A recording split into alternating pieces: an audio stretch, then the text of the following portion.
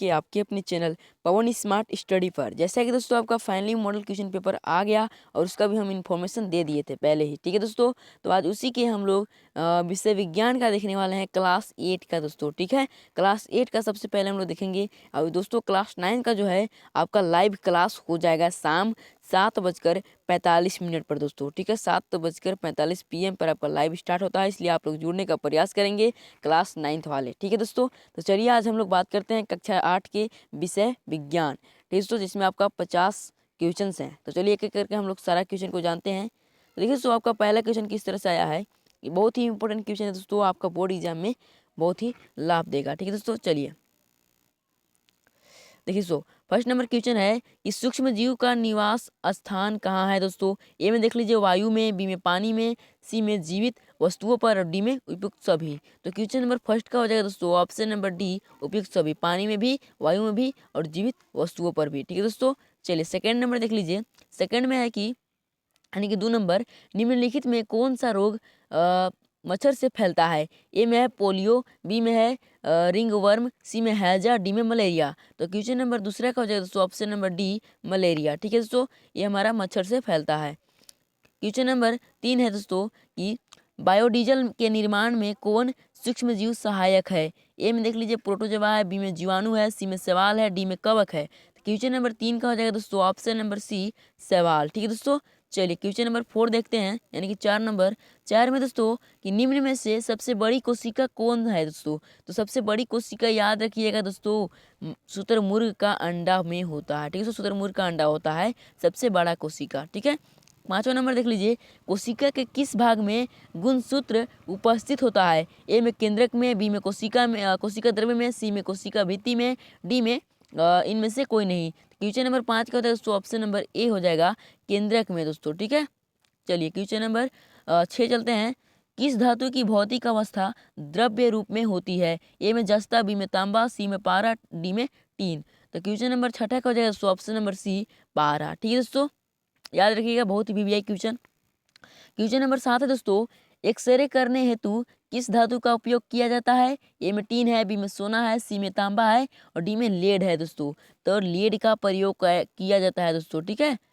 चलिए आगे बढ़ते हैं। क्वेश्चन नंबर 8, झारखंड के जादूगोड़ा में किस धातु का प्रचुरता विद्यमान है। ए में कोयला, बी में अभ्रक, सी में यूरेनियम, डी में अयस्क। क्वेश्चन नंबर 8 का हो जाएगा दोस्तों ऑप्शन नंबर सी, यूरेनियम, ठीक है दोस्तों। चलिए आगे बढ़ते हैं। क्वेश्चन नंबर 9, धातुओं का वह गुण जिससे उन्हें पीटकर चादर बनाई जा सकती है। ए में दोस्तों तन्यता, बी में कुचालकता, सी में आघातवर्धनीयता और डी में लचीलापन। तो क्वेश्चन नंबर 9 का हो जाएगा दोस्तों ऑप्शन नंबर सी, आघातवर्धनीयता, ठीक है दोस्तों। चलिए आगे बढ़ते हैं। क्वेश्चन नंबर 10, क्वेश्चन नंबर 10 दोस्तों कि इनमें से ऊष्मा की सबसे कम चालक धातु कौन सी है। तो ए में है एल्यूमिनियम, बी में पारा, सी में चांदी, डी में सोना। तो क्वेश्चन नंबर 10 का हो जाएगा ऑप्शन नंबर बी दोस्तों, पारा, ठीक है। चलिए आगे बढ़ते हैं। क्वेश्चन नंबर 11, एक मिनट, हाँ। क्वेश्चन नंबर 11 दोस्तों कि निम्नलिखित में कौन सा घोल विद्युत का कुचालक है। ठीक सो विद्युत का कुचालक है। ए में देख लीजिए नींबू का रस, बी में नल का पानी, सी में सिरका और डी में आसुत जल। तो क्वेश्चन नंबर 11 का हो जाएगा दोस्तों ऑप्शन नंबर डी, आसुत जल जो है कुचालक है विद्युत का। बाकी जितना भी दोस्तों सभी के सभी सुचालक है, ठीक है। क्वेश्चन नंबर 12 देख लीजिए, किस धातु पर इच्छित धातु की परत निक्षेपित करने की प्रक्रिया को क्या कहते हैं। तो विद्युत लेपन कहते हैं दोस्तों, ऑप्शन नंबर ए हो जाएगा, ठीक है। चलिए क्वेश्चन नंबर 13 देखते हैं। 13 में दोस्तों कि निम्नलिखित में से किन में आंतरिक जनन होता है। आंतरिक जनन, ठीक है दोस्तों। ए में है मछली, बी में है मेढक, सी में स्टारफिश और डी में मुर्गी। देखिए दोस्तों क्वेश्चन नंबर 13 का हो जाएगा ऑप्शन नंबर डी, ठीक है। बाकी मेढक और स्टारफिश और मछली दोस्तों इसमें बाह्य होता है, बाह्य निषेचन, ठीक है। चलिए आगे बढ़ते हैं। क्वेश्चन नंबर 14, 14 है, यानी कि 14 नंबर। हाइड्रा में जनन की विधि है दोस्तों। ए में विभाजन, बी में मुकुलन, सी में खंडन और डी में द्विविभाजन। तो क्वेश्चन नंबर 14 का हो जाएगा दोस्तों ऑप्शन नंबर बी, मुकुलन, ठीक है दोस्तों, मुकुलन, ठीक है, याद रखिएगा। चलिए आगे बढ़ते हैं। क्वेश्चन नंबर 15 यानी कि 15 नंबर, पृथ्वी की सतह से ऊंचाई के बढ़ने के साथ साथ वायुमंडलीय दबाव ए में घटता है, बी में बढ़ता है, सी में दोनों, डी में इनमें से कोई नहीं। तो जी हाँ दोस्तों क्वेश्चन नंबर 15 का हो जाएगा ऑप्शन नंबर ए, घटता है, ठीक है।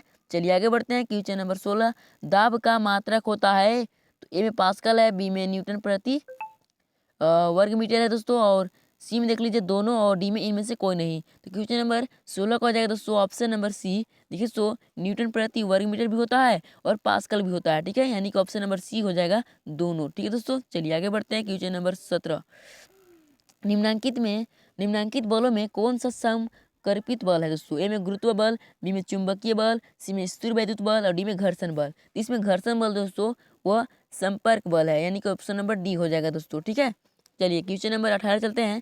18 में है कि निम्नलिखित में कौन सा पदार्थ अदहनशील है? ए में लकड़ी, बी में कोयला, सी में पेट्रोल और डी में पत्थर। क्वेश्चन नंबर 18 का हो जाएगा दोस्तों ऑप्शन नंबर डी, ये हमारा अदहनशील है, इसको कभी जला नहीं सकते। ठीक है, चलिए आगे बढ़ते हैं। क्वेश्चन नंबर 19 नंबर में है किसी पदार्थ के दहन का पोषक पदार्थ है? ए में कार्बन, बी में जल, सी में ऑक्सीजन और डी में कार्बन मोनोऑक्साइड। तो देखिए दोस्तों, अगर दहन का पोषक पदार्थ खोजे तो आपका हो जाएगा ऑक्सीजन। ठीक है दोस्तों, सी हो जाएगा। चलिए 20 नंबर यानी कि 20 नंबर देखते हैं। किसी ज्वाला का सबसे अधिक गर्म भाग कौन सा है? ए में सबसे बाहरी भाग, सबसे अंदर का भाग और मध्य भाग, ये सभी भाग समान रूप से गर्म होते हैं। तो 20 को हो जाएगा दोस्तों ऑप्शन नंबर ए, सबसे बाहरी भाग। ठीक है, चलिए आगे बढ़ते हैं। क्वेश्चन नंबर 21, निम्नलिखित में से कौन दो गुणसूत्र मिलकर नर शिशु के रूप में विकसित होता है? ए में एक्स एक्स, बी में एक्स वाई, सी में एक्स वाई वाई, डी में एक्स एक्स वाई। ठीक है दोस्तों, क्वेश्चन नंबर 21 को हो जाएगा ऑप्शन नंबर बी दोस्तों। ठीक है, एक्स वाई। ठीक है, चलिए आगे बढ़ते हैं। क्वेश्चन नंबर 22, विश्व एड्स दिवस कब मनाया जाता है दोस्तों? ए में 21 दिसंबर, बी में 21 जून, सी में 1 दिसंबर और डी में 1 जून। तो 22 का हो जाएगा दोस्तों ऑप्शन नंबर सी, 1 दिसंबर को विश्व एड्स दिवस मनाया जाता है। ठीक है, चलिए क्वेश्चन नंबर 23 चलते हैं। 23 में है कि स्त्रियों में होने वाले मासिक स्राव की सामान्य अवधि क्या है? ए में 22 दिन, बी में 14 दिन, सी में 35 दिन, डी में 28 दिन। क्वेश्चन नंबर 23 का हो जाएगा दोस्तों ऑप्शन नंबर डी, 28 दिन। ठीक है, चलिए आगे बढ़ते हैं। क्वेश्चन नंबर 24, समतल दर्पण से बना प्रतिबिंब होता है दोस्तों, तो ये कभी भी याद रखिएगा दोस्तों, आभासी होता है। क्या दोस्तों? आभासी होता है। 24 का ए हो जाएगा। ठीक है दोस्तों, चलिए आगे बढ़ते हैं। क्वेश्चन नंबर 25 नंबर देख लीजिए क्या दोस्तों, कि वह यंत्र जो दृष्टि रेखा पर नहीं रहने वाले वस्तुओं को भी दिखा सकता है। ए में पेरिस्कोप, यही आपका राइट आंसर हो जाएगा दोस्तों, पेरिस्कोप। 25 का ए हो जाएगा। ठीक है दोस्तों, चलिए आगे बढ़ते हैं। क्वेश्चन नंबर 26, आंख में प्रवेश करने वाली प्रकाश किरणों को कौन नियंत्रित करता है? ए में पुतली, बी में आइरिस, सी में कॉर्निया, डी में रेटिना। जी हाँ दोस्तों, ये जो है पुतली जो है ना, वो किरणों को नियंत्रित करता है। ठीक है, ऑप्शन नंबर ए हो जाएगा 26 का। ठीक है, चलिए 27 नंबर देखते हैं। 27 में दोस्तों, कि वर्षा ऋतु में बोई जाने वाली अ, बोई जाने वाली एवं अक्टूबर से दिसंबर तक फसल की कटाई वाली फसलें कहलाती है दोस्तों। तो 27 का हो जाएगा ऑप्शन नंबर बी दोस्तों, खरीफ फसल कहलाती है। ठीक है, चलिए आगे बढ़ते हैं। पढ़ लीजिएगा दोस्तों अच्छे से, आपका एग्जाम में A+ आ जाएगा। और दोस्तों जो भी क्वेश्चन बताया जा रहा है ना, बहुत ही वीवीआई क्वेश्चन है, आपको इसको 2 बार रिवीजन कर लेना है एग्जाम देने से एक दिन पहले भी। और ठीक है दोस्तों, इसका जो प्लेलिस्ट है बना दिया गया है, आप उसको बारी बारी से देख सकते हैं। चलिए दोस्तों 28 नंबर चलते हैं हम लोग। 28 नंबर देख लीजिए, स्वपोषी का उदाहरण है। ए में गाय, बी में बकरी, सी में तिलचाटा, डी में अमरूद का पौधा। तो दोस्तों स्वपोषी का उदाहरण है, तो इसका right answer option number D हो जाएगा दोस्तों, अमरूद का पौधा जो है स्वपोषी का उदाहरण है। ठीक है, चलिए 29 नंबर चलते हैं। 29 नंबर में दोस्तों, कि हार्वेस्टर मशीन द्वारा फसल की जाती है। ए में जुताई, बी में भंडारण, सी में कटाई और डी में ढुलाई। तो 29 का हो जाएगा दोस्तों ऑप्शन नंबर सी, कटाई। ठीक है, चलिए आगे बढ़ते हैं। क्वेश्चन नंबर 30, बड़े शहरों में रात्रि में चांद तारे उपग्रह क्यों नहीं दिखाई देते?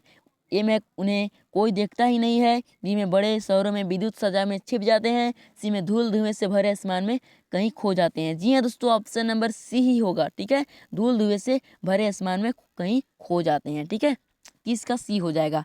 चलिए दोस्तों आगे बढ़ते हैं। क्वेश्चन नंबर 31 में है सबसे दूर का ग्रह कौन है? तो सबसे दूर का ग्रह दोस्तों नेपच्यून, जिसको बोल सकते हैं आप वरुण। ठीक है दोस्तों, वरुण इसको भी बोलते हैं। ठीक है, इसका देखिए सौर मंडल का पूरा पार्ट बनाया है, पार्ट बाई पार्ट। ठीक है, आप लोग देख लीजिएगा। 32 नंबर देख लीजिए दोस्तों, खगोलीय पिंडों की दूरी को किस इकाई में मापा जाता है? ए में प्रकाश वर्ष, बी में मीटर, सी में किलोमीटर, डी में सेंटीमीटर।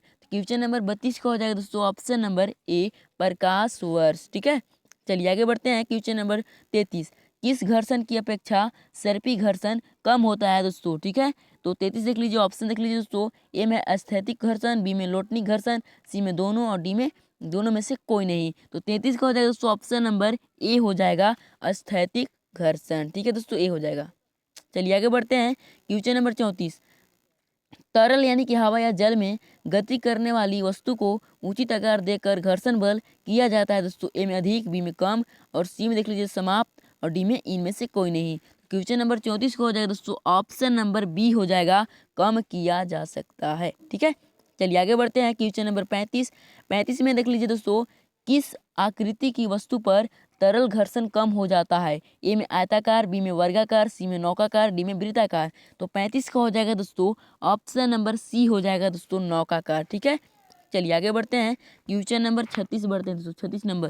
36 नंबर देख लीजिए, प्रथम पूर्ण रूप से संश्लेषित रेशा किसे कहा जाता है। ए में रेशम, बी में नायलॉन, सी में रेयॉन, डी में पॉलिएस्टर। ठीक है दोस्तों, तो 36 का हो जाएगा दोस्तों ऑप्शन नंबर बी हो जाएगा नायलॉन। ठीक है, नायलॉन हो जाएगा, संश्लेषित रेशा कहा जाता है। ठीक है, चलिए आगे बढ़ते हैं। क्वेश्चन नंबर 37, निम्न में से किस धागे की मजबूती सबसे अधिक होती है। ए में कपास, बी में ऊन, सी में नायलॉन, डी में रेशम। तो देखिए दोस्तों 37 का हो जाएगा ऑप्शन नंबर सी हो जाएगा दोस्तों। ठीक है, नायलॉन हो जाएगा। ठीक है, मजबूत होती है, अधिक मजबूत होती है। ठीक है, चलिए 38 नंबर चलते हैं।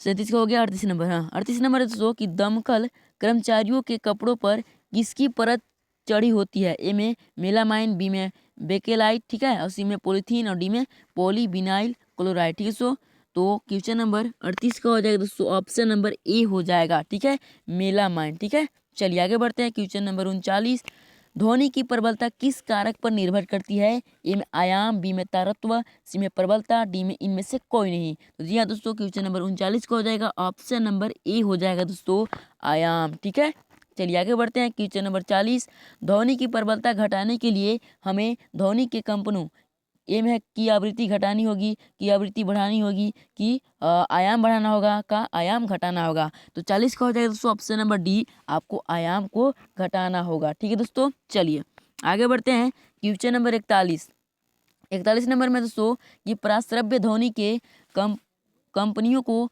आवृत्ति होती है दोस्तों। याद रखिएगा दोस्तों 20 हर्ट्ज से 20,000 हर्ट्ज के बीच, बी में है 20 हर्ट्ज से नीचे और सी में है 20,000 हर्ट्ज से ऊपर और डी में है 500 हर्ट्ज से और 10,000 हर्ट्ज के बीच। तो 41 का हो जाएगा दोस्तों ऑप्शन नंबर सी हो जाएगा 20 हर्ट्ज से ऊपर। ठीक है दोस्तों, याद रखिएगा। अब देखिए मनुष्य के पास पूछता तो 20 हर्ट्ज से 20,000 हर्ट्ज के बीच। ठीक है, ये हो जाता है। लेकिन ये दोस्तों क्या पूछा है कि प्राश्रव्य ध्वनि के कंपनों की आवृत्ति होती है तो 20,000 हर्ट्ज से अधिक होता है। ठीक है दोस्तों, ऊपर होता है।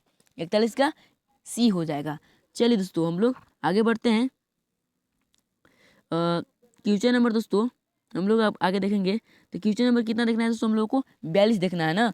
42 नंबर में है कि रिएक्टर पैमाना पर किस तीव्रता वाला भूकंप विनाशकारी माना जाता है। ए में 3 तीव्रता वाला, बी में 4 तीव्रता वाला और सी में 5 तीव्रता वाला और डी में 7 या उससे अधिक तीव्रता वाला। देखिए दोस्तों 42 का हो जाएगा ऑप्शन नंबर डी हो जाएगा दोस्तों 7 या उससे अधिक तीव्रता वाला। ठीक है दोस्तों, चलिए आगे बढ़ते हैं। क्वेश्चन नंबर 43, वायुमंडलीय विद्युत की खोज की थी।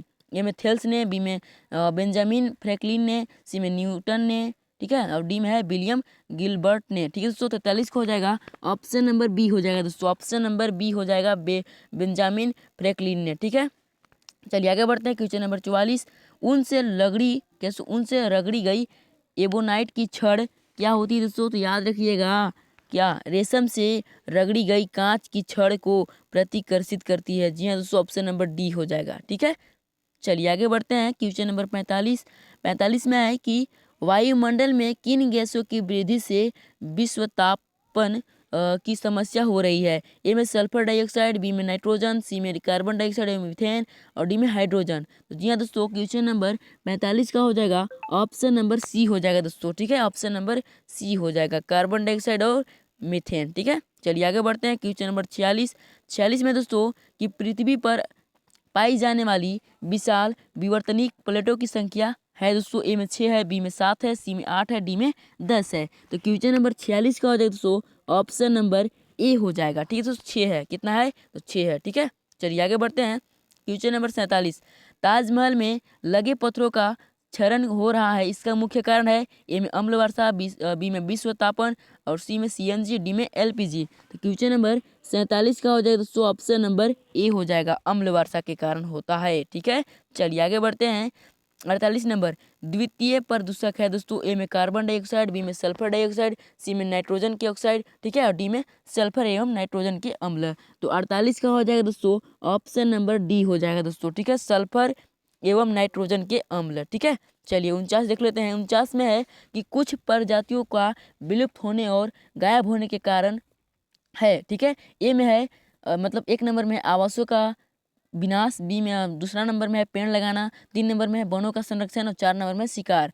तो ए में देख लीजिए 1 और 2, बी में है 2 और 3 और सी में दोस्तों 3 और 4 और डी में है 1 और 4। जी हाँ दोस्तों, 49 का हो जाएगा ऑप्शन नंबर डी हो जाएगा दोस्तों 1 और 4। ठीक है, यानी कि आवासों का विनाश और शिकार। ठीक है दोस्तों, चलिए आपका लास्ट क्वेश्चन 85 नंबर, पेट्रोलियम का कौन सा उत्पाद सड़क निर्माण हेतु उपयोग में लाया जाता है? ए में कोक, बी में गैस और सी में बिटुमिन, ठीक है, डी में पेट्रोल। जी हाँ दोस्तों, 50 का हो जाएगा ऑप्शन नंबर सी हो जाएगा दोस्तों। ठीक है, बिटुमिन, बिटुमिन हो जाएगा। ठीक है, अब देखिए दोस्तों आपका 50 का 50 एमसीक्यू क्वेश्चन जो है कंप्लीट हो चुका है दोस्तों। ठीक है, तो देखिए दोस्तों ये हमारा साइंस का था, क्या दोस्तों ये हमारा विज्ञान का था, तो ये हमारा 8 क्लास का था। कितना क्लास का दोस्तों? 8th क्लास का था।